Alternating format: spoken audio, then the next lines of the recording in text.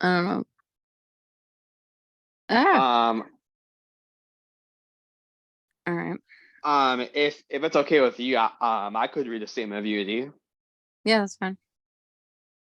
Alrighty, Can you gonna read open it. it? Yeah, yeah, I opened it. Do you want me to screen share it? You don't have to do that. I'll just try to Gotcha. do. Don't worry about it. Gotcha. I'll be reading it right now. Preface: The U.S. was founded as a colonial settler state based upon white supremacy and slavery, stealing the lands of the indigenous nations, breaking every treaty made with them, and confining them to reservations, concentration camps.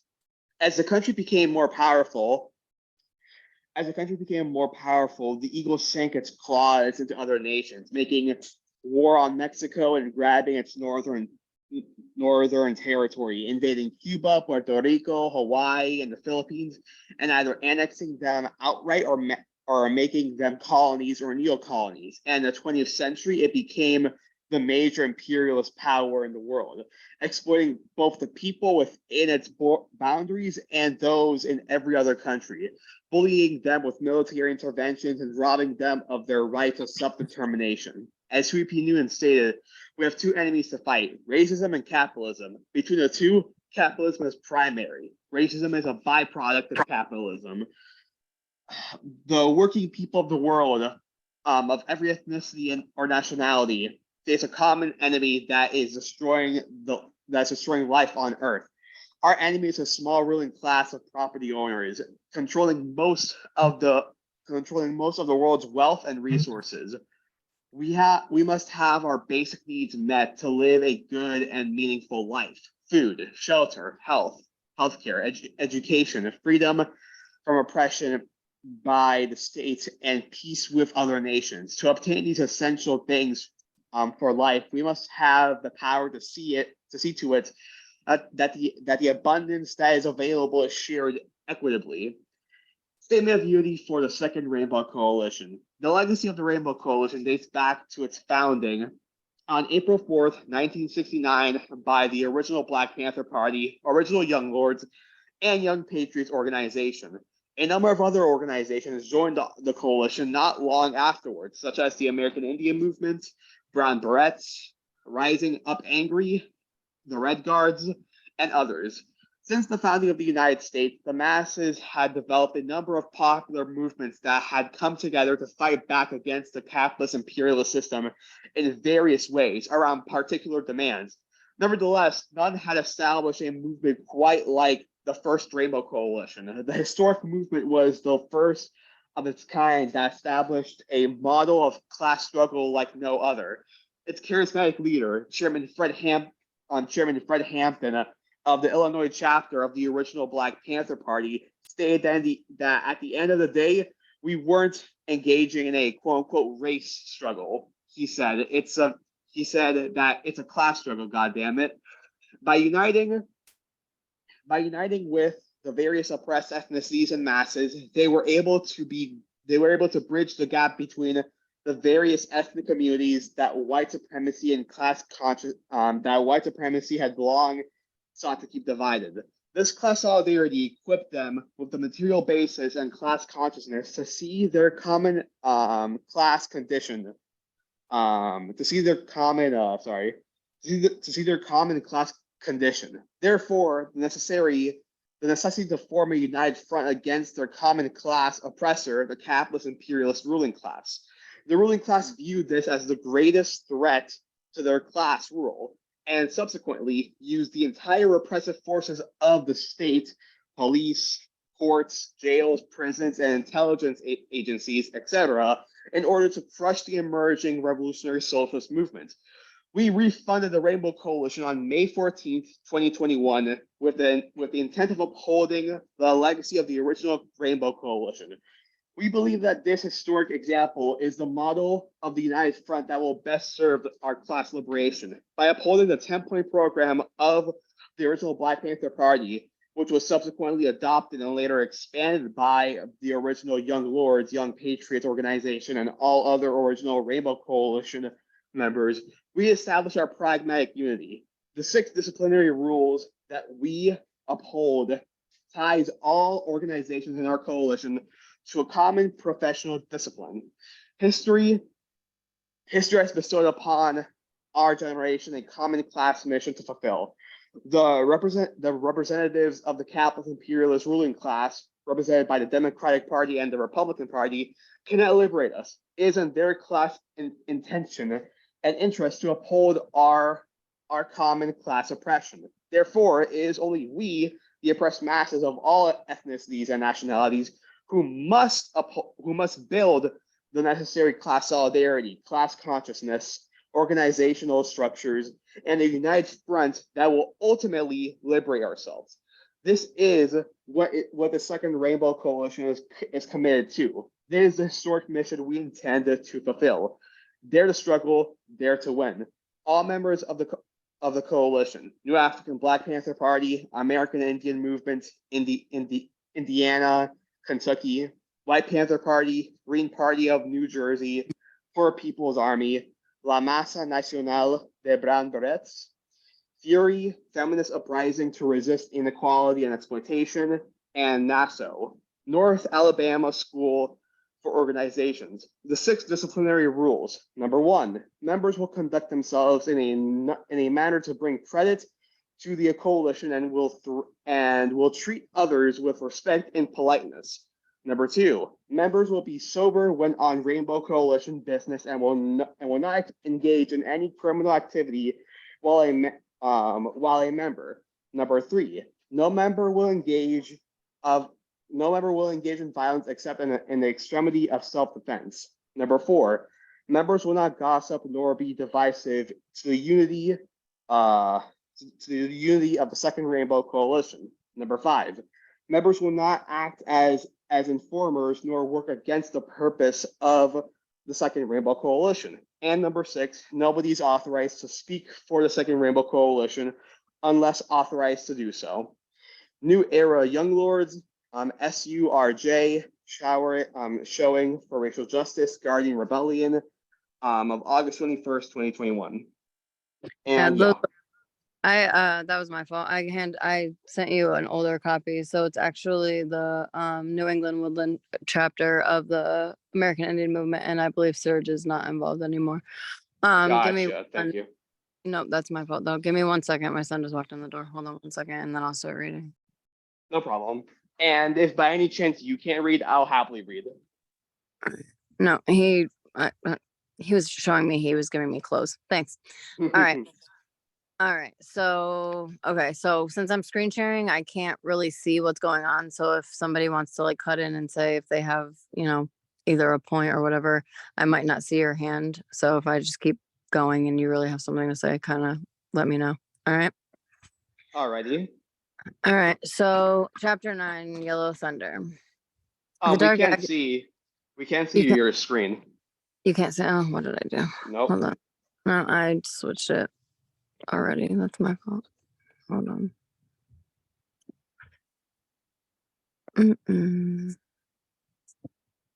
There we go. Okay, how about that? There we go. Now we can see it. All right. Okay. So the dark agony of a silent man was suddenly transformed into an issue an entire nation must face. The Anishinaabe, does anybody know how to say that properly? News. All right. So on Valentine's Day, 1972, in the city of Gordon, Nebraska, a 51-year-old Lakota man, Raymond Yellow Thunder, was beaten to death, quote unquote, just for the fun of it.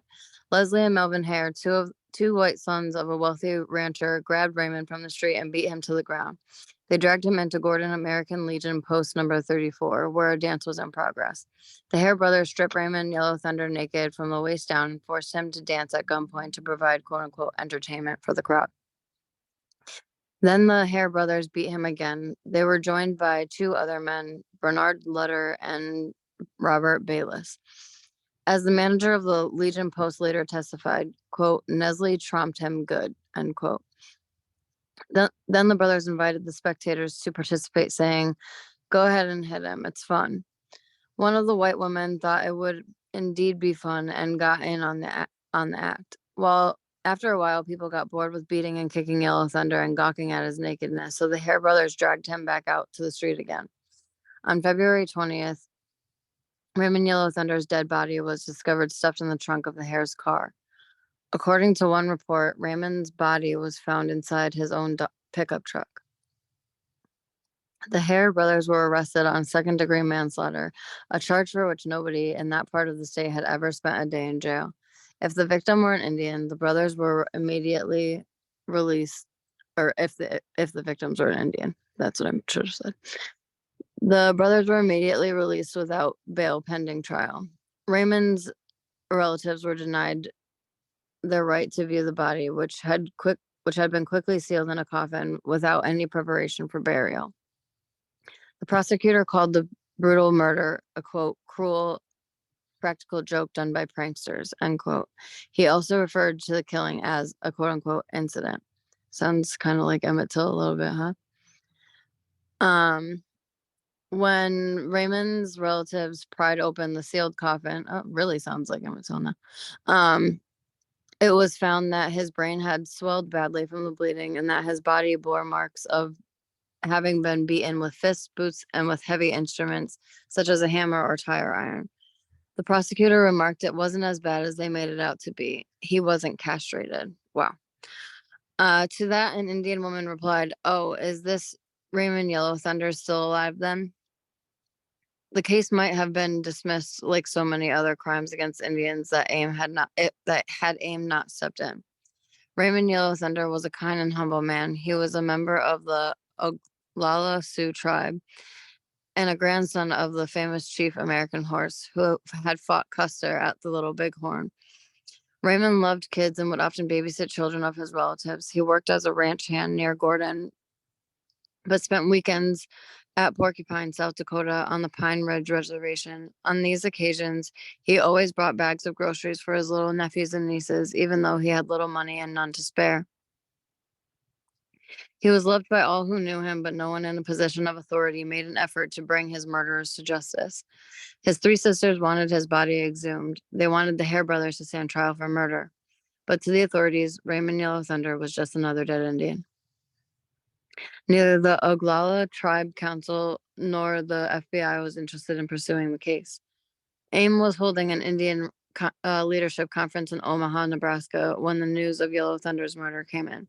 One of Raymond's sisters, who lived on the reservation at Porcupine, had a nephew named Severt Young Bear, a great singer who later became an outstanding member of the movement. He decided to come to us for help.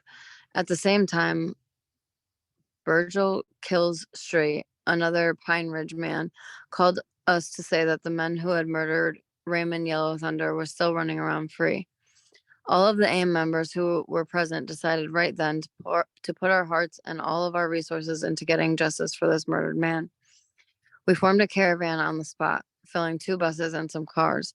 We started toward Pine Ridge, picking up more people on the way. As we were traveling from Omaha to Pine Ridge, I thought about how much I wanted to present myself and my AIM companions to the people in a way they would remember. I dressed up for the occasion with a concho headband that was to become a trademark for me. I announced that I had wanted everybody to be dressed well. A couple of times I got on the bus's PA system and said, "This is Dennis. I want you to look good and proud when we get to the res." When we arrived at Pine Ridge, we held a big meeting.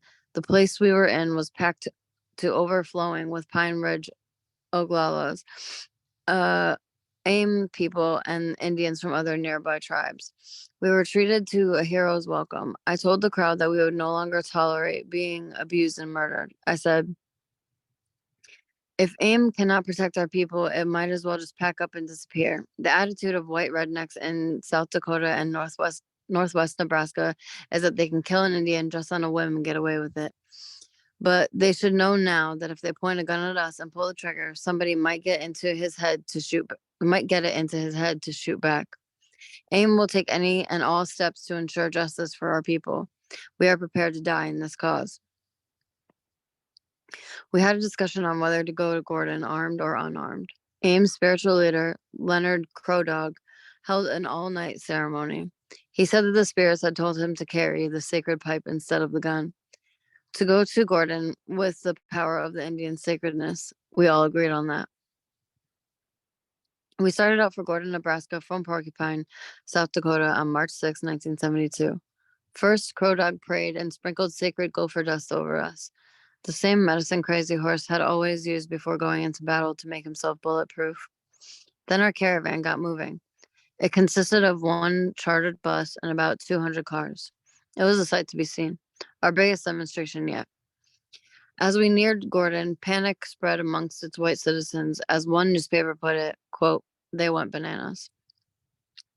Out of the town's population of 2,000, more than 200 residents jumped into their cars and trucks and fled. Some of those who fled locked and barricaded their stores and houses. Others left their homes wide open with their breakfast still warm on the kitchen table. We had alerted these folks that we were coming peacefully. We had called the Justice Department in Washington, D.C., the governor of Nebraska, the BIA, and Gordon City Fathers.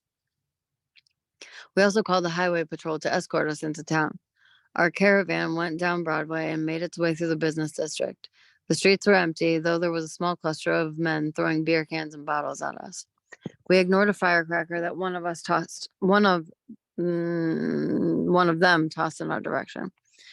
Some local Indians had parked an old flatbed truck in an empty parking lot next to the concrete platform. We used this to set up our microphones and loudspeakers. We spoke to the crowd that had gathered and to the press.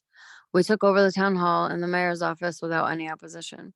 We impaneled an ad hoc grand jury to hear complaints from Lakota men and women. One juror was a 10-year-old what?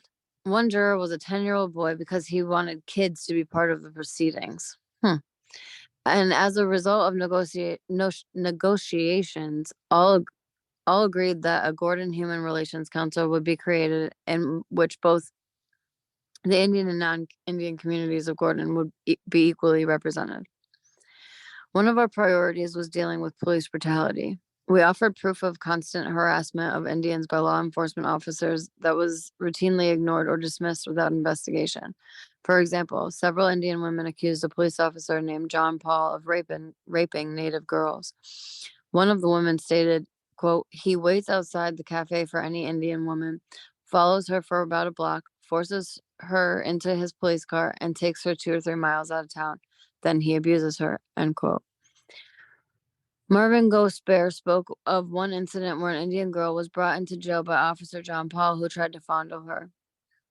When she resisted his advances, John Paul took her into a cell where Marvin could hear her crying and screaming for help. He could do nothing because he was locked up himself. As a result of pressure from AIM, the mayor and police chief agreed to fire this man. For Indians, conditions in local jails and hospitals were atrocious.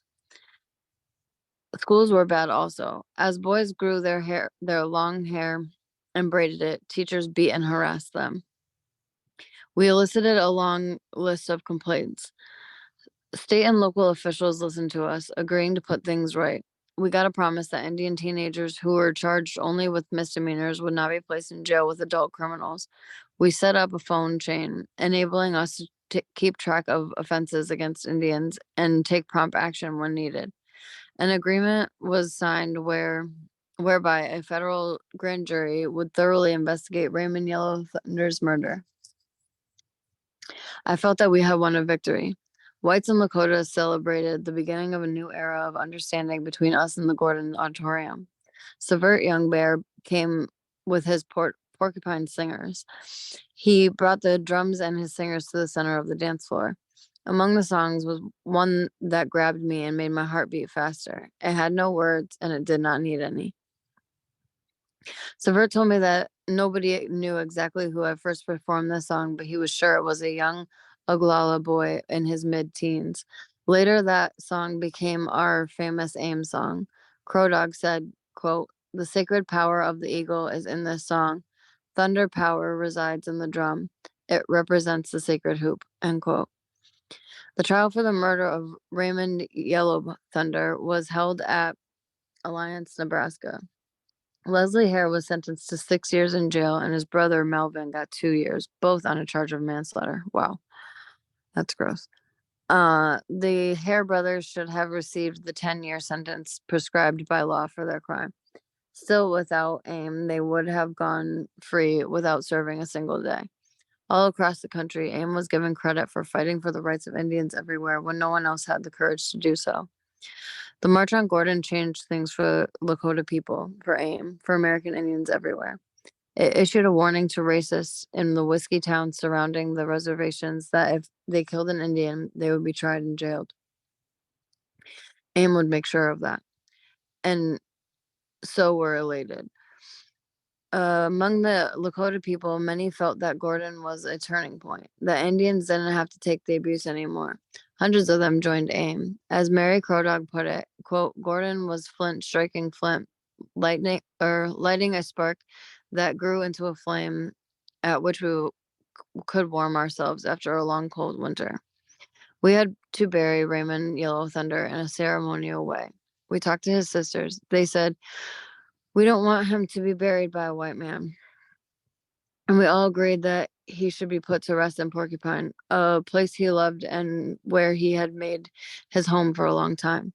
Leonard Crow Dog, as AIM's spiritual leader, was the right man to bury Raymond in a traditional manner. Crow Dog said, I'll help you. This must be done in the ancient Lakota way. I'll bury him here so that he stays with us and his soul will help us in the way of the spirits. In the old days, we put our dead in the crotch of a sacred cottonwood tree to let the wind and rain take care of them. We can't do that anymore. Raymond will turn to dust. He will always watch over us. We will sing together for his soul, and we will put a plate of spirit food out so that he should not go hungry on his way to another world. More than 1,000 people came to witness Raymond Yellow Thunder's last rites. Clyde Belcourt, Russell Means, Herb Prowlis, and I were all were the pallbearers. Crow Dog planted a feathered staff with an eagle plume in front of the open grave. He anointed Yellow Thunder's face with the sacred red paint and prayed to the sacred 4 directions. 4 times he blew the eagle bone whistle. Then he smoked the pipe, and its smoke rose up to the sky. Great Spirit's breath. On a hill east of Porcupine, we gave Raymond Yellow Thunder back to the earth. George Eagle Elk, a Lakota medicine man, chanted the honoring song. All of those who were Lakotas joined in just as the sun went down. It was AIM's first traditional burial. Does anybody want to jump in? I wouldn't mind. Go ahead. We're currently at it was during, right? Yep, right under that little circle. Gotcha. It was during the Yellow Thunder protest. Oh, by the way, Comrade Lissa, I think to make it easier for everyone to read, you should the box that shows my profile picture, like you can slide it to the left. Like Oh hide yeah. it. There you go. Yep. There we go. That's much easier. All right. It was during the Yellow Thunder protest that I met the love of my life, the woman who became my companion during the days when our lives hung in the balance, when we often did not know whether we would see another sunrise. Her name was Darlene Nicholas. Darlene Nichols, I believe that's how I pronounce her name. But everyone calls her Kamuk, a nickname her mother gave her that is actually the name of a famous Japanese sumo wrestler. Hell yeah. She became my wife and gave me 4 daughters and a son. Kamuk is a Lakota from Pine Ridge. I was 32 and she a girl of 17 still in high school when we met. When my AIM companions and I had first arrived in Pine Ridge, nearly a week before the caravan left for Gordon, Nebraska, we were invited for a big feed by Kamuk's aunt, Lo Bean, a wonderful, feisty Oglala woman who became an outstanding AIM member. Lou served up a big meal of turkey and a lot of fry bread. She told us we could stay at her house until we left for Gordon. So I spent 4 days at her place. The evening That evening, some of Lou's relatives, including Kamuk and her sister, Bernice, came over with a lot of pies. I thought that the two were among the most beautiful girls I had ever seen. Kamuk and I talked to each other about high school, aim, our lives. I was not making a move on her, but was a subconscious stirring, a spark, some awareness or awakening within me. Hmm. I dropped her off at her home that evening. I told her that I was going to Gordon but would be back. She asked, "Will you really come back?" I said, "Yes, definitely." I saw her a few times before and after Gordon. She asked questions, wanting to know about AIM, about about our struggles. We held hands as we talked. Kamuk graduated from high school, and I went back to Pine Ridge to see her. I kissed her then for the first time, and I knew this was the one I wanted to be with. Kamuk too had fallen in love, not so much with me as with a speech I had made at the Billy Mills Hall at Pine Ridge. She told me that she had been very hungry for that kind of words, words that she had never seen before. She was a tower of strength for me, sharing the good as well as the bad, and talking incredible and taking incredible risks. During the years we were together, she would have died for our cause. She almost did. Kamuk joined me and my AIM friends, taking long trips with us. It became apparent that she and I were teaming up. We decided that we had to be upfront about our relationship, so we told her dad and mom. At first, her mother was not very happy about it. She told Kamuk, "Why are you going with an older man? It's not going to work." In the end, they gave up, and then they gave us their blessing. I became part of Kamuk's extended family, the kind of family I had never before known. And that's the end of it. Oh, we're also reading chapter 10, right? Yep. Does anybody want to talk a little bit for about chapter I 9 don't before we jump into? I don't mind continue reading, but if anyone else wants to read too, I won't object. No, I was just gonna say, does anybody have any like thoughts about the Oh, right. chapter 9? I can't see if anybody has their hand raised or anything. I'll check for you. No, it does not seem like anyone has their hand raised. Although, does anyone still have anything to say about that? Yeah, I found it kind of disturbing when she was 17 and he was in Yeah, his exactly. 30s. Exactly. I mean, That was like, what the fuck? I was like, I whoa know there, buddy. in Mexico that's not uncommon for older guys to marry young girls, but I was, because then as they said, well, because it wasn't, she didn't fall in love with him, she fell in love with his speech.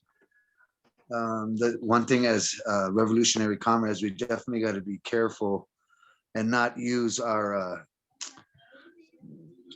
positions in our organizations to entice women. I mean, Exactly. That's that's, power I don't know. dynamics. I kind of found it. I found it a little disturbing, but then again, I don't really know what to say. I don't know. Does anybody else have any take on that? I mean, I found it disturbing as well. Like when he said that she was 17 and he was in his 30s, I was like, yeah, that's like, I don't know. I found that really problematic. It said that she graduated high school, so I really fucking hope that she graduated high school when she was 18, because if he got with her when she was still 17, then that makes it then that makes this even worse. Yeah, I think. Yeah, Well, also, I'm not really sure what time is it? Oh yeah, 1970. Okay, yeah. So I guess it's. I don't know. I don't know how things really were that back then, but I do know that that was not as uncommon. You know what I mean? For like, especially for like 17-year-olds to be even thinking about marriage or having whole entire families by the time that they were, 19, 20. Back. And oh, sorry. No, go ahead. I was gonna say, and it especially was not uncommon in southern states. It definitely was not. It definitely was not uncommon in southern states. Where was this taking place again? Like, what state was he in when he met her? North Most. Dakota. Yeah. Dakota. Okay. But yeah, no, I found that a little bit problematic. So yeah, Yeah, the same with, definitely I'm not sorry. something that's common practice now, but it's probably something Yeah, that we would just continue to modernize now that we have realized that 17-year-olds are not actually adults. adult. Yeah. But Yeah. I, being a 17-year-old who got pregnant, I know for a fact and I wasn't ready. how, and how I, Well, and you. Oh, sorry. I was gonna say, me and my wife, the wife at the time, I'm single now, but me and my wife at the time, we were 17 when we had our first child. Ah, okay. So yep. It's a times And lot. times change. and What one thing about? Oh, go ahead. Go ahead. I'm sorry. Excuse me. no, I was just I was gonna I was gonna add, and even someone who's 18 or 19, people need to realize that they're still teenagers. Like they're still like they're still teenagers. Like it says in the name, 18, 19, like they're still teenagers. So it just Yeah. kind of disturbs me. It kind of disturbs me how people in their late 20s and even early 30s are like, oh well, she or he is 18 or 19. No, they're an adult. Like, yeah, but they're still fucking teenagers. So yeah, that's just what I You want to got a say. good point there. Some people mature faster though, and some people mature slower. I Exactly. know I started working as a young kid, so by 17 I already had a few vehicles and I had my own apartment, where you don't really see that now, kind of nowadays. Hmm. Or I don't see it anyway. But does anybody want to let's talk about a little bit about the brother that was killed there, Raymond Yellow Hmm. Thunder, how they a complete disrespect for human life, and Hmm. then to make a mockery out of him, and then for other people to like even join in on it. That is a shame, and for one brother to get 2 years, and I think the other brother got 5 or 7. Yeah, that's um that's another shame. Like, oh my goodness, like, It's and that's disgusting. yeah. Yeah, and I've been to both those. I've been to Porcupine, South Dakota, and I've been up in Gordon, Nebraska. And in Nebraska, all those they're like neighboring towns closer to South Dakota, or by the state line, and they're kind of made up of where, because they don't sell liquor on the reservation. So Hmm. these towns are set up like I mean, all they are like little liquor stores, communities set up to actually feed alcohol to the Jesus. reservation Indians. Mm. So a lot of things went wrong in those towns, and I can imagine. it's really sad. Did anybody else want to mention how they felt about the death of Raymond Yellow Thunder? it really Uh, did strike. Sorry, Gabby. It really no, it's did fine. strike quite a few like memories of learning about Emmett Till's story. Just Hmm. the family prying the box open, how badly the body was beaten, how much it was the state that was trying to cover up the fact that just white people did this. Um, we're constantly hearing how black people and brown people are monsters and this, that, and the other thing, or that's how they're portrayed on the media anyway, correct? But then Hmm. you really look at it like it's it always seems the very much the opposite. It always Yep. ends up being the pot calling the kettle black. I don't even know if that's a proper term. I probably shouldn't even say that. I look up everything nowadays. I'm like, ooh, I don't know if that's a racist term now. um but it, it's always just it's a projection. It's them looking at themselves in the mirror, Exactly. somebody else. Exactly. In fact, there were ever like if you look at every single stereotype and every single racist white supremacist shit that has been said to dehumanize and demonize non-white people, it's oftentimes a projection of of what those who benefit from the oppression of said non-white people that do to them. Like for instance, there's this whole racist stereotype that that indigenous people scalped people's heads, but like no, it was actually the fucking settlers and white supremacists who actually Mm, did that, not the indigenous people. right. And a lot of people tend to not realize, unfortunately, that lynches and these types of murders still happen to this very fucking day. There are still sundown towns in the Mm, U.S. They never went away. They're still present. These things still happen, especially with fascism amping up in the United States, especially in places like Florida and Missouri and Georgia and so on and so forth. They will continue to happen and increase at a number that will perhaps even surpass surpass how they were back then. And it's just fucking disgusting and scary as hell. Like I, yeah. like I, like I was reading it, and I think I read like somewhere like in like last year or 2 years ago, in Florida alone, a man was found hanging in a tree. Like how the fuck did they get here? And of course, the police ruled that as quote unquote suicide. Like it's bullshit. Right. Right. Of course. Of course. Mm-hmm. Um, and then going back to the to add insult to injury for Raymond Yellow Thunder's murder, when Comrade Joe was mentioning the 2 years and the 5 years, like even as for the most part, I would consider myself an abolitionist. If we're going to use the system, use it right. Mm-hmm. You know what I mean? Like that's just sitting there and showing that they really had no regard for that man, and they just had to do something because they were getting, called out for it Exactly. by Like community. yep, exactly. They only put those men in prison, just so there wouldn't be any riots. And even then, when they did put them in prison, it wasn't even the years that they said that they were going to do. And unfortunately, even when they do give them 6 or 7 years, that those years could be reduced. You know, Right. so it's just really disgusting, which often happens to white people, unsurprisingly. Yeah. Right. Comrade Joe, you had something else to add? Yeah, also on this chapter, when they're mentioning the police officer John Paul, accused of raping young women, and all they said, well, we got him fired from his job. Like, well, Mm, where was the charges brought up on that? And I guess it was Exactly. several. I says several young girls, so of raping native girls.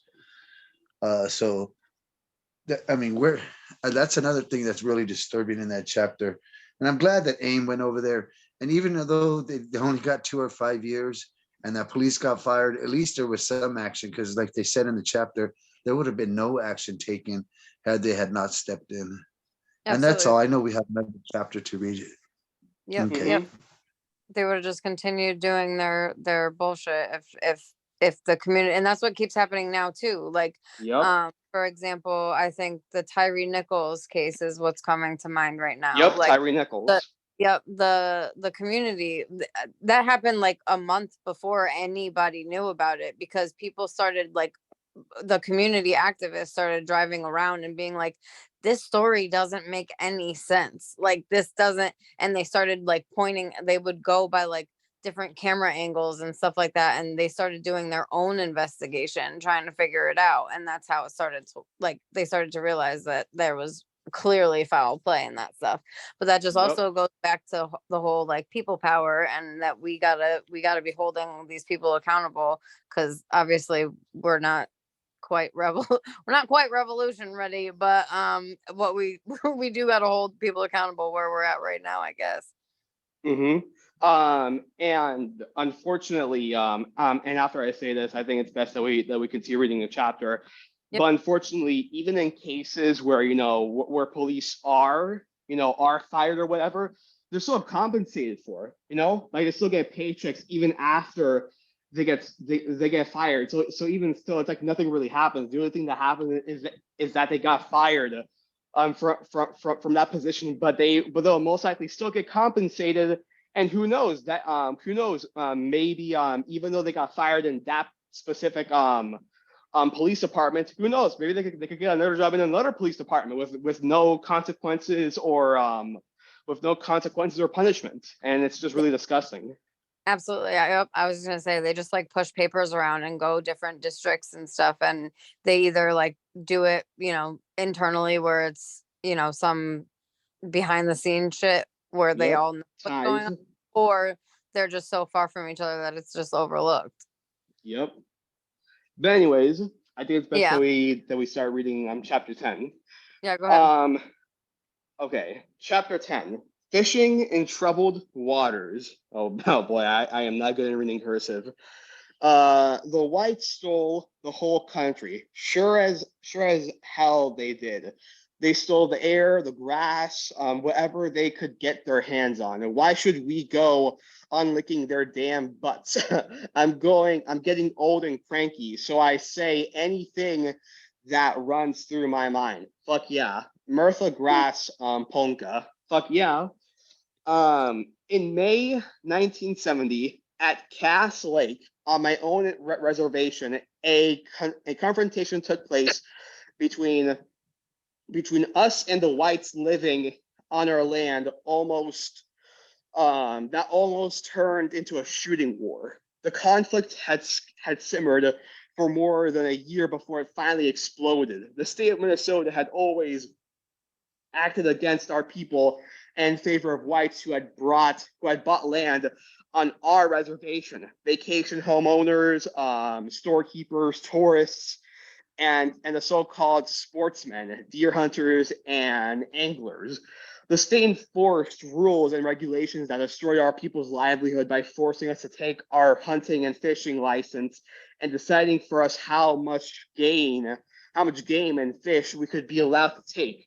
Our tribal council finally challenged the state in courts and won the case. A U.S. district court judge ruled that we had retained our quote-unquote aboriginal rights and should be entitled to hunt, fish, and gather wild rice without any regulations from the state of Minnesota. He also ruled that the tribe had the right to control non-Indian hunting and fishing on the reservation. This caused also comrade Alyssa the boxing. Thank you. This caused an uproar among whites in and around the res. Of course, I fucking did. White homeowners, storekeepers, and restaurant workers began arming themselves in quote unquote defense of their interests. They twisted the government's arm, making him appeal the federal court's decision. Cass County joined his appeal. The white bureaucrats resumed trampling on our rights. The appeal meant that they would bring in deputies and sheriffs who would patrol the lakes to ensure that no Indian would be allowed to fish without a license issued by the Department of Natural Resources. We maintained that according to federal law, we didn't need a license, but Cass County said you do need one, and we'll arrest anyone who comes to the lake without it. In April 1st, I got a call from Dave Manuel. Dave Manuel, our tribal chairman. He said, Dennis, in about a month from now, the fishing season will open, and we're going to have some trouble with these white people up here. It's going to be real bad this time. We need some help. We were talking on the phone, so I said, Dave, we need to meet privately because I was afraid that my line might be tapped.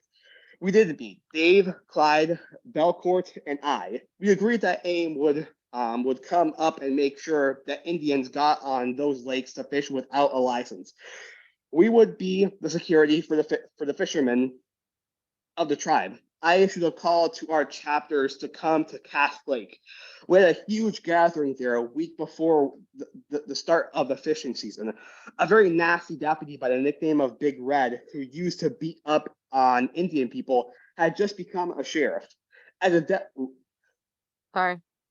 It's fine. Wait. As a deputy, he had used his long stick to push Indian people around. He would poke old people in the chest with his nightstick. At the gathering, I warned our people that we should face him, his deputies, and probably also a bunch of vigilantes. We would face I warned our people that we would face him, his deputies, and probably also a bunch of vigilantes who would try to keep us from going to the lakes. As many as 300 armed AIM members came to Cass Lake from Minnesota, Wisconsin, Michigan, and the Dakotas. We held a press conference where we announced that we would not allow our people to be prevented from going on with their traditional fishing. After the press conference, we showed off our weapon, demonstrating to everybody that we meant business and we would be out there marching. The sheriff immediately asked for a meeting with Dave Manuel. Afterwards, Dave came out of our camp.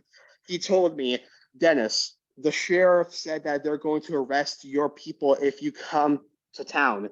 If you are driving around or if you are armed. I told our people that the sheriff of Cass County intended to do. We thanked Dave and he left. We did not want him to participate in our planning. He knew that as a tribal official, he should stand aside from what we should do. He could not risk being involved with AIM. After he was gone, I told everybody that we were going to march the next morning to Cass Lake, that we would have our arms with us for all to see, and that we would give the press something to write about. The next morning, an assistant of the governor came to see us and asked us to not march on Cass Lake with arms. He wanted to know if there was some way we would call off our plans. I told him we would call things off if the state would back away from its position. He said that they could not do that. I said, then we are going to walk. All afternoon, we had negotiations with the governor over the phone. The sheriff tried to butt in, insisting that he should have a part in the negotiations. I said that there was nothing the sheriff could ever negotiate with us, and that we would never deal with him. Finally, the governor suggested that a Minnesota Chippewa tribes, I hope I'm pronouncing that correctly, should meet with him that afternoon to see what could be done. In the evening, Dave came out to the camp to tell us the news. AIM had not been invited to the governor's meeting. Dave said the state of Minnesota had agreed that Indians could fish without a license without the boundaries of the Leech Lake Reservation. I said, well, we didn't gain anything. That was ours from the beginning. They tried to take it away from us, but there are still other violations of our rights that have to be addressed. So tomorrow morning we still are going to walk. In the meantime, the white resort owners tried to get into the act. They sent a representative to tell Dave Manuel what you Indians are doing is spreading fear among our community. Dave answered, we have always lived in fear for the past 400 years. At the same time, they published pamphlets saying radicals, leftist activists, and ex-convicts using communist tactics are working among American Indians to promote serious trouble in Minnesota. They are using the same kind of tactics pioneered by Martin Luther King and other racist agitators. Wow. Fucking hell, the anti-communists is strong with this one. We replied that we were proud to be compared with Dr. King. Then they threatened us, saying that they were also armed and would resist us with force if we marched on to Cass Lake. I called their bluff and announced the eviction notices were being issued to 4,000 non-Indians on the Leech Lake Reservation. Fuck yeah. All businessmen and property owners would be asked to vacate their property on the reservation within 60 days. No leases would be renewed. We also blocked all access to roads to Cass Lake. I was pretty sure the resort owners would not dare face us in a showdown. March we did the following morning. We marched down to the lake, about 300 strong, every day carrying about 300 strong, everybody carrying a rifle. We walked right through the town, turned around, and walked back the way we had come to our camp. Nobody dared stop us. No one was arrested. The harassment of our people stopped that day. In the end, we made an agreement. The whites would be subject to state game laws, but the tribe would enforce its own laws among its own people. Fuck yeah, self-determination. The worst problem I saw, however, was not the clash between white and red, but the clashes among ourselves. I was worried about the lack of self-discipline and a tendency towards self-indulgence in our own ranks. Yep, individualistic behavior. I said that we must behave in a serious way if we wanted um, others to take us seriously, and that anyone using alcohol or drugs should be removed from AIM leadership. I insisted that the continuous partying had to stop. That junkies, winos, Why not? groupies, and sorry, what? No, I was just saying why not? Winos, groupies, and Saturday night warriors had to go. I thought I would have overwhelming support on this, but I was wrong. I was outvoted. I did not want to believe it. One of our members in a high leadership position told me, "Who are you to tell me what I can put in my mouth or what I can swallow? That's white man's shit." Another accused me of wanting to indiscriminately purge the movement. Even Clyde told me, "Dennis, you've made a tactical mistake. AIM is an organization of young people, and in their white man schools and foster homes, they were told endlessly how to behave themselves. Be sober, comb your hair, save your money, don't give it away, wear a necktie, don't sleep around, that's a sin," and so on and so on. They were forced to live according to the white man's standard of behavior. AIM came and liberated them from all of that bullshit, taught them to be wild, free, and unafraid. Then here you come telling behave yourselves. We were both right, but my speech created a big controversy and a temporary split among the AIM leadership. I was so angry that I thought of leaving AIM and founding another organization. I am now glad my friends persuaded me to not leave. The split did not last long. Our struggles were just beginning. New challenges awaited us, and soon we were united again in a common cause. AIM was turning into an Indian rights fire brigade. Wherever Native people were in trouble, AIM was called on to help. One AIM member complained, "All of these tribes and groups are using us." I replied, that is as it should be. It's our job to be used. That's what we're here for. True. Yep. And that's the end of the chapter.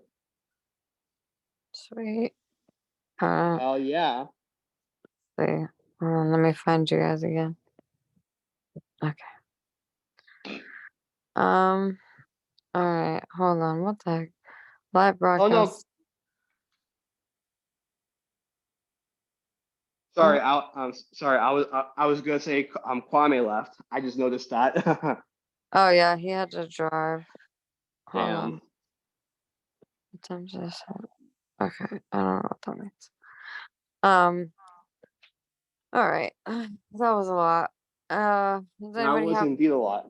right? Does anybody have any first thoughts?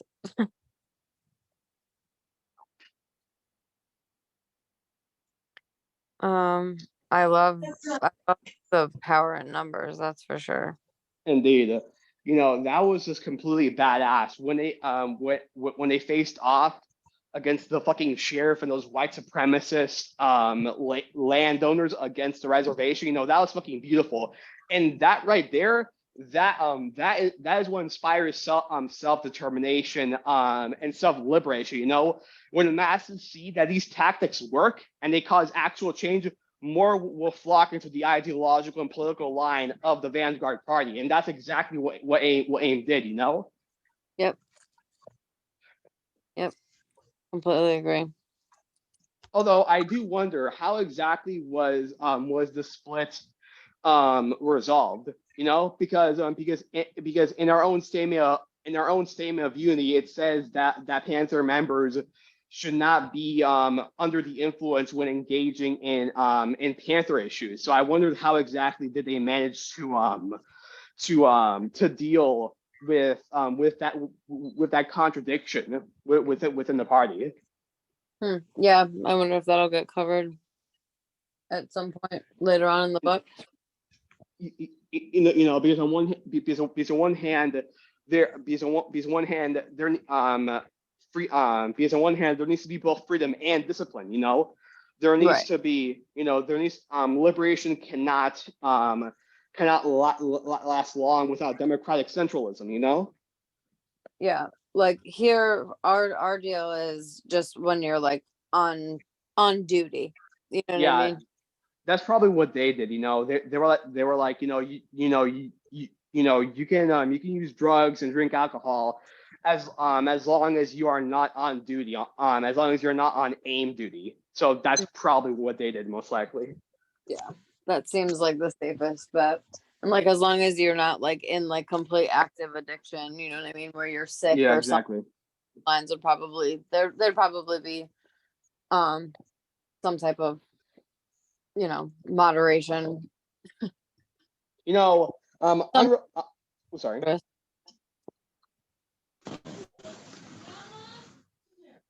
Comrade Joe, do you have anything to say? Yeah, yeah, but you had something to say first. I'm very patient. Oh no, it's fine.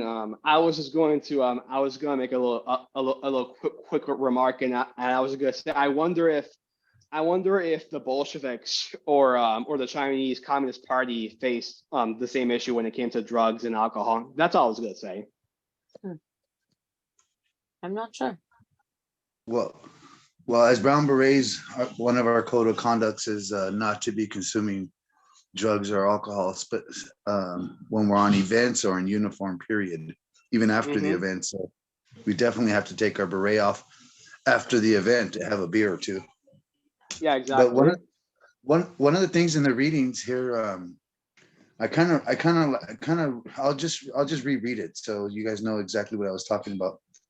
When they went to the community and the masses and with armed, which is very strong, the community states what you Indians are doing is spreading fear among our community.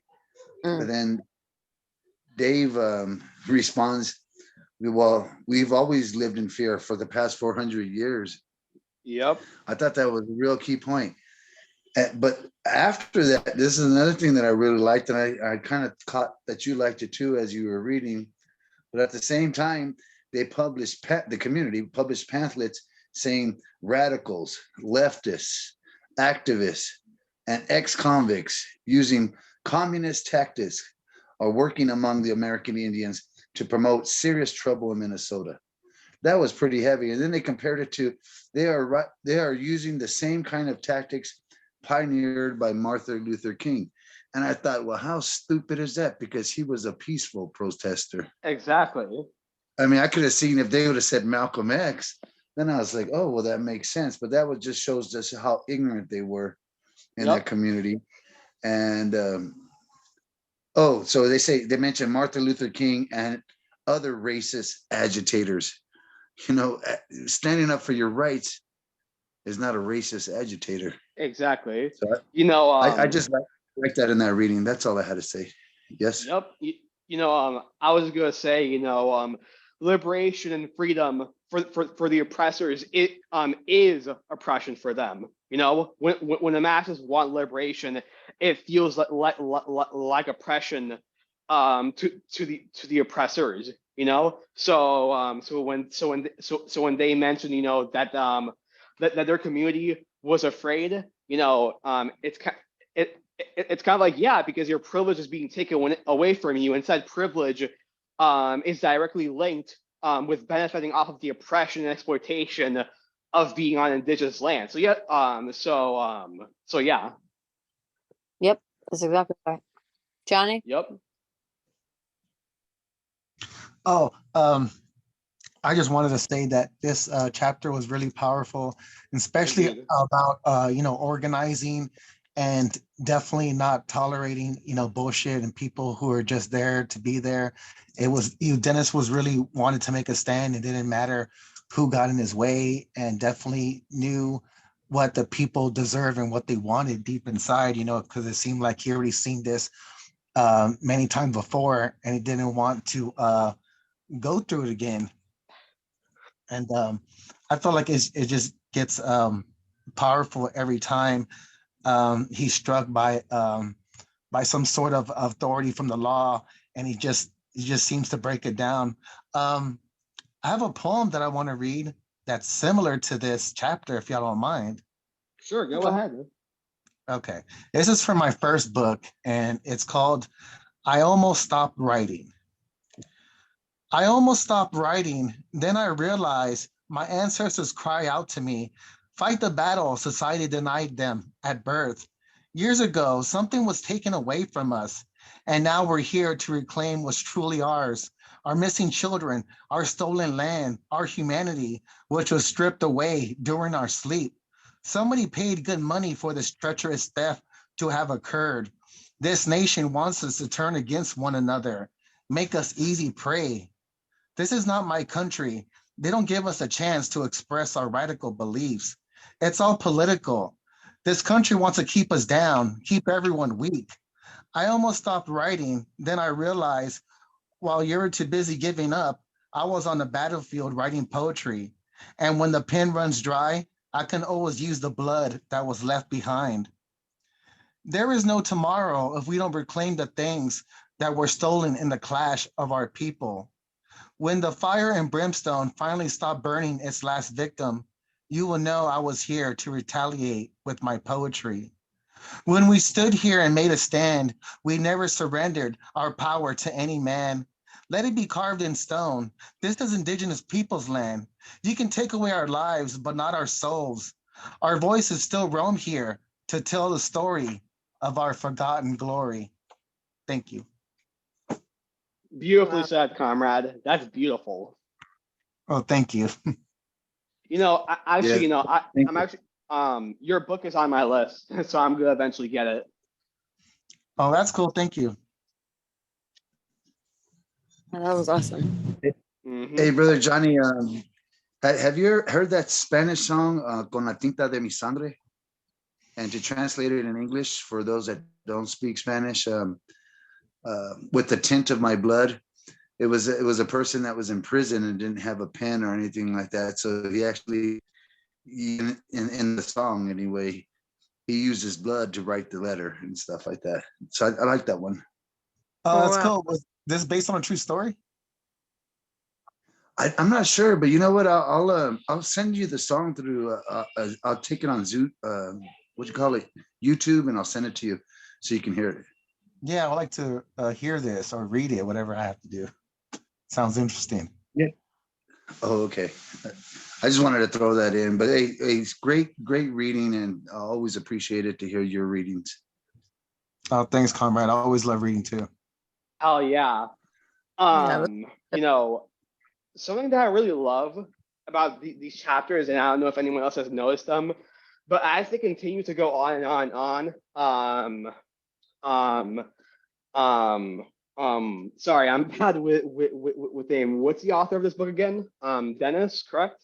Dennis Banks. Yep. Yeah.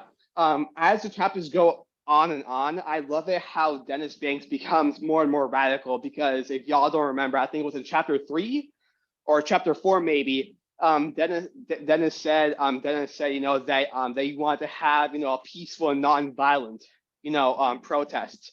But as things go on, as the state continues to exploit, oppress, and kill and beat on his people, in his movement, he kind of starts to realize more and more and more that violence and militancy is the answer. You know, that the state won't show any mercy, and that they will do anything and everything in their power to uphold the contradictions of capitalism and this capitalist imperialist white supremacist socioeconomic system. So I just love it how Dennis Banks over the course of time becomes more and more and more radical. And I think and I think that's something that we should take into account, because when it comes to because when it comes to the whitewashing and demonization and dehumanization of revolutionary figures, what will often happen is that when it comes to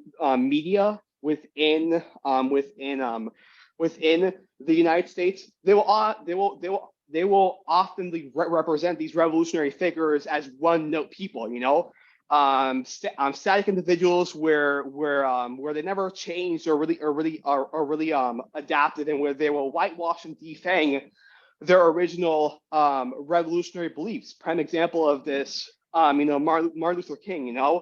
The U.S. media has whitewashed and defanged Martin Luther King, and people only know him as the guy who gave the "I Have a Dream" speech.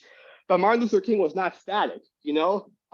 His beliefs and ideological leanings changed over time, and in fact, he actually criticized himself and said that he fucked up. He said that he feared that he had brought his people into a burning house.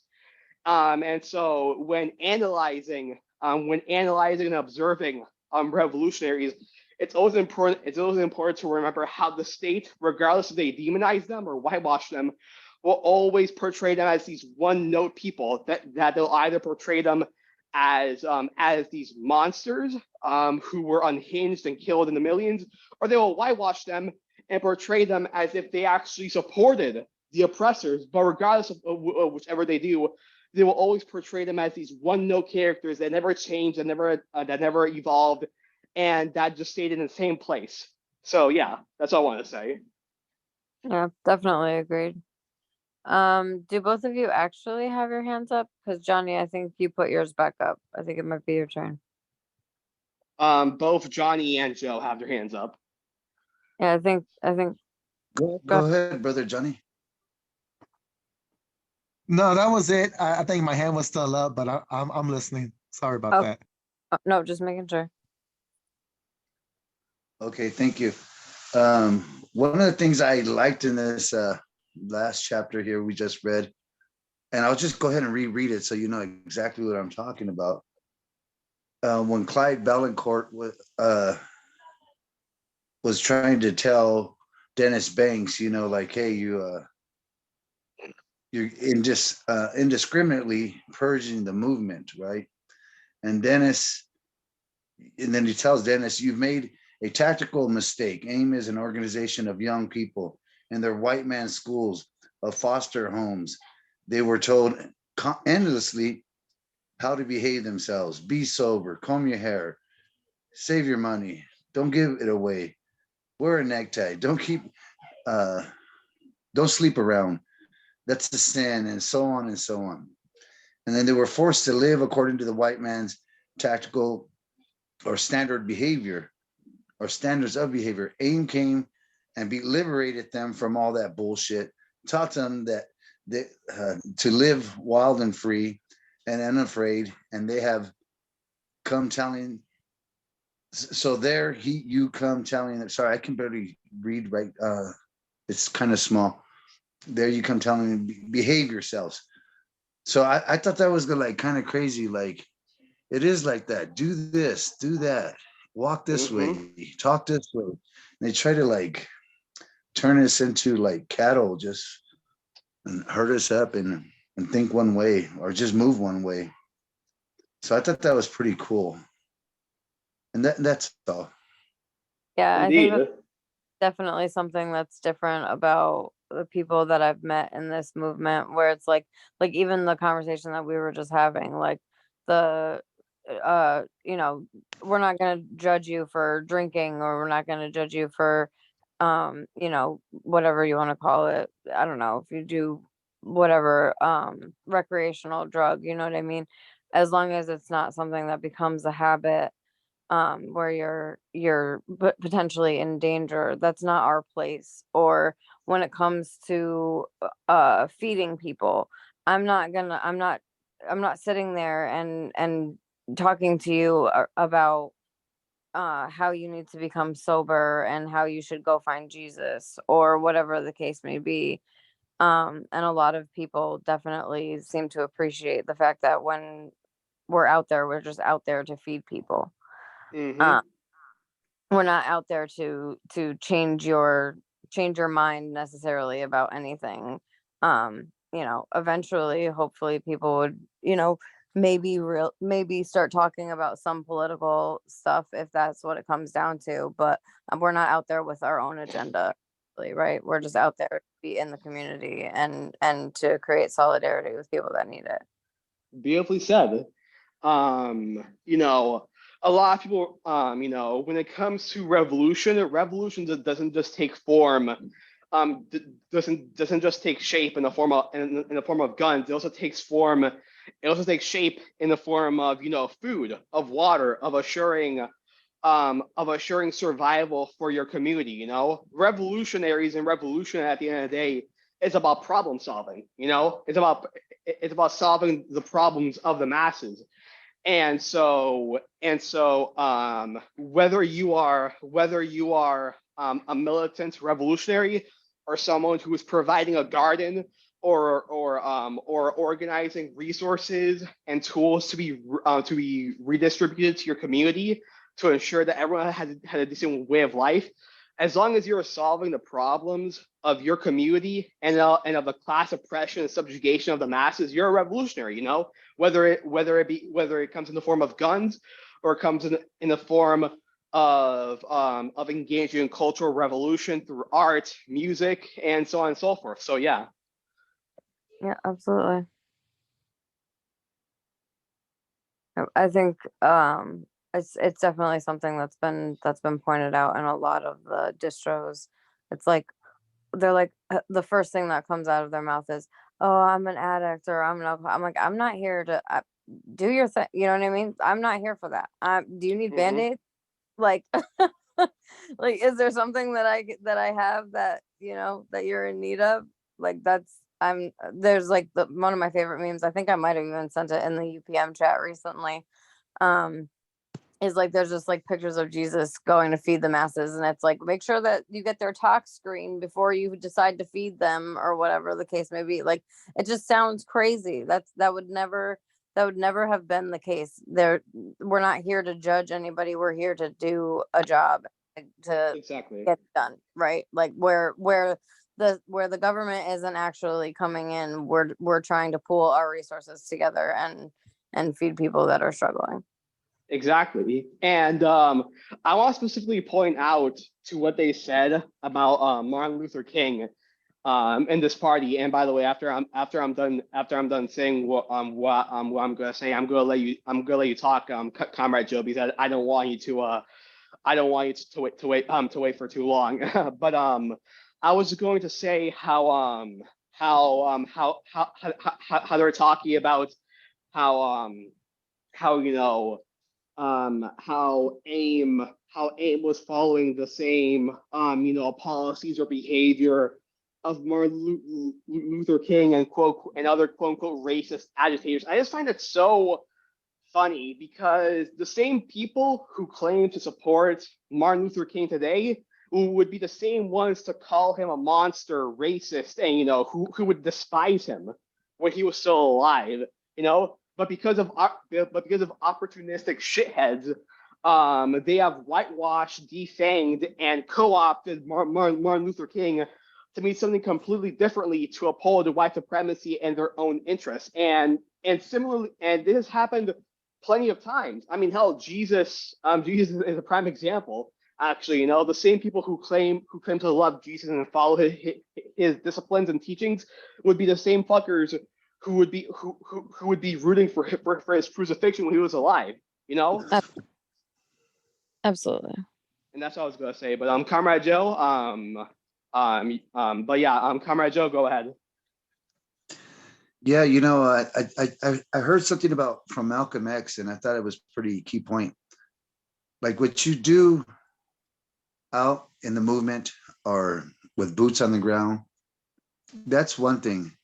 But what you do in your home amongst yourself, that should be a whole different thing. Mm-hmm. Now, whether it be, I think he was mentioning towards like leave religion and politics out of the Your movement. homes. Mm-hmm. Leave it in your home. So if I mean, and then I don't bash religion, even though I choose to follow native ways or believe in the Great Spirit, but I do not bash anyone that is and especially with, because there's so many of us in the movements.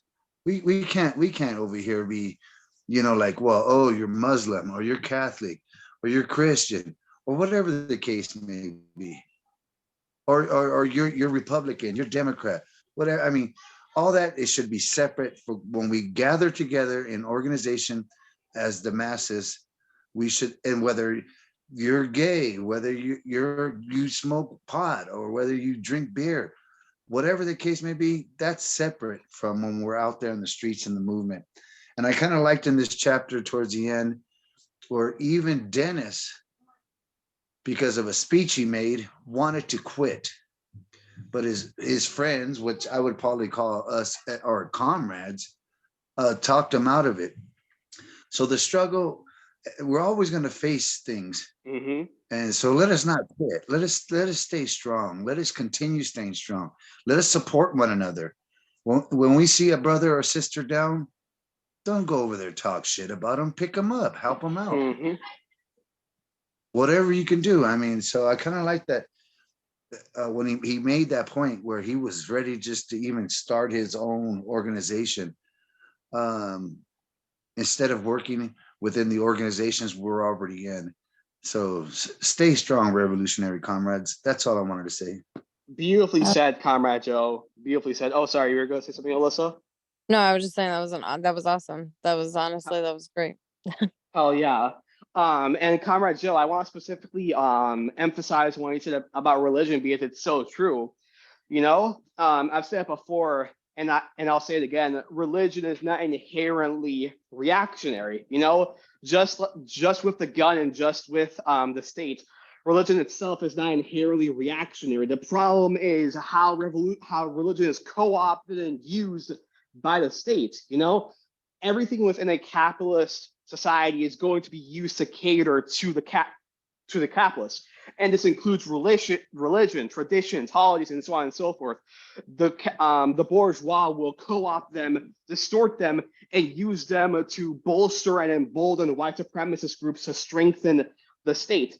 And just how religion has been used to embolden reactionary sentiments, religion has also been used to embolden revolutionary sentiments. Lest we forget that we forget Martin Luther King, who was a preacher and used his preaching skills to engage with the masses, or how during the civil rights movements, black churches protected fellow black and indigenous comrades from white mobs. Religion can be used in a revolutionary way. It has been used in a revolutionary way, and within a socialist movement and in a socialist society, it will go from the benefit of the bourgeois to the benefit of the masses, of the people. And it's important that we use religion to engage in cultural revolution. To agitate, organize, and educate the masses, to radicalize them, so that way they can so that way they can engage with the vanguard party, to not isolate them, and so they themselves can become revolutionaries and engage in dialectical materialism through praxis and organization. And yeah, that's all I was gonna say. Well said. And I heard this once upon a time that they all they try to do was conquer us with the Bible and the sword, and I think that's very true, because as indigenous peoples, we've been living perfectly fine for thousands upon thousands and thousands of years, and we didn't have a Bible or a sword. So, and it's just a short amount of time, or we would say the past 500 years. Look at what has happened. And look at what's going on. I think the last chapter we read on Monday and stuff, or something like that, might have even mentioned the waters or the water defenders, or that might have been another meeting. But anyway, what has happened is the land has been destroyed. It keeps on being destroyed, and definitely we have to take action towards things such as water rights, all these mining, all this fracking, and so forth and so forth, because it's really putting a big damage in the earth that the earth may not heal. Well, well, definitely not going to heal in our lifetime. But what are we Uh-huh. leaving for our children and our children's children? And that's all I wanted to say. Beautifully said, comrade. Beautifully said. You know, it's honestly just, it's honestly just scary. Just, just how fucked up the planet is getting because of capitalism. It's honestly just terrifying how the entire world is being put at risk of completely ending, all for the sake of a small group of people to maximize profit by 0.01%. And specifically, I want to specifically emphasize on one thing that a lot of reactionaries like using. It's the whole talking point of, how there quote unquote isn't enough resources to go around, that fucking eugenics fucking bullshit. I've said before and I'll say it again. The problem that we have in our society and in our world is not a resource problem, it's a socioeconomic problem. We have enough resources to go to our communities. There are enough houses in the US to house every single homeless person, and then we would still have more. There's enough food on this planet to feed every single hungry mouth, and we will still have millions upon millions of more food to go. We have the resources. We have the means of providing for our communities, for our societies. The problem is it's not resources. The problem is that we live in a socioeconomic system which privatizes and commodifies said resources.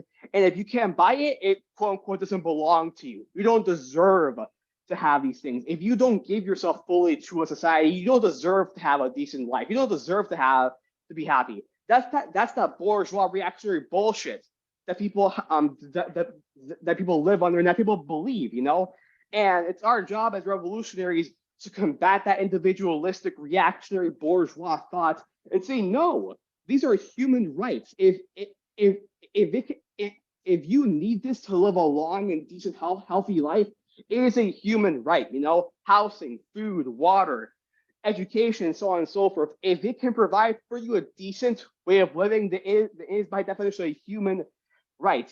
It's not something it's not something they need to earn. You should already have it because you're a human being, and we have the means, and through revolution and through uprooting the socioeconomic system and replacing it with a new one that provides for societies in which the masses are in control, we will be able to have that, a society where we're treated as what we are, human beings.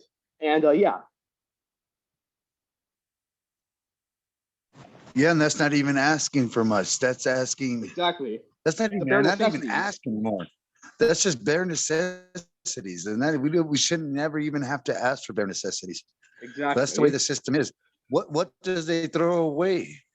I mean, just go to any restaurant in the back at the end of the day of the restaurant, they throw bags and bags of foods away instead of leaving the bag outside the trash maybe for the homeless to eat or something like that, because it's still good. It hasn't been contaminated, but like even farmers are sometimes paid by the government not to plant, so they can keep a tie on how much is being produced and how much is, so it could be like a lack of production so they can up the prices. It's crazy, but anyway, that's all I had to say. Indeed. A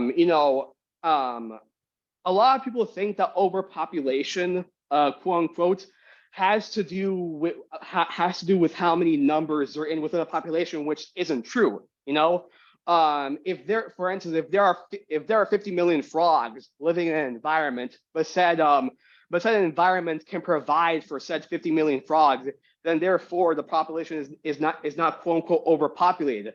Overpopulation has less to do with the numbers of said population and more to do with whether or not the environment can provide for said population. And like I said, we have the resources.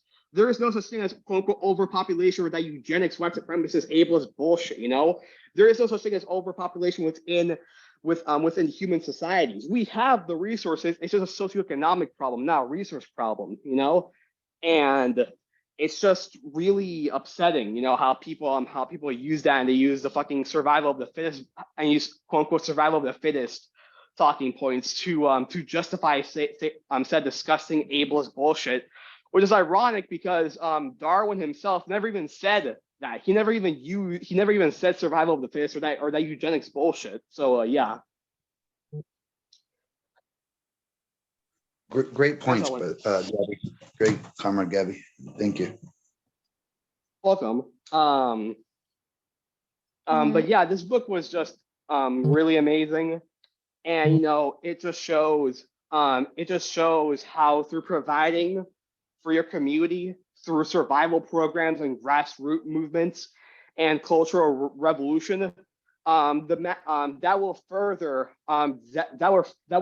class struggle and revolution to reach the strategic stages to eventually be militant, because in order to increase class consciousness, it all starts with practice. It all starts with providing for your community. And the moment they see that these tactics work, the moment that connection has been made between the party and the masses will follow in line with the party and engage in the theory and in the practice of the party. And yeah, that's all I want to say. But this book was amazing. Yeah, this was a good conversation too. We Oh just yeah, hit it was. 8:30. So has anybody got any last things, or I think we're It's good to probably end? best. Mm-hmm.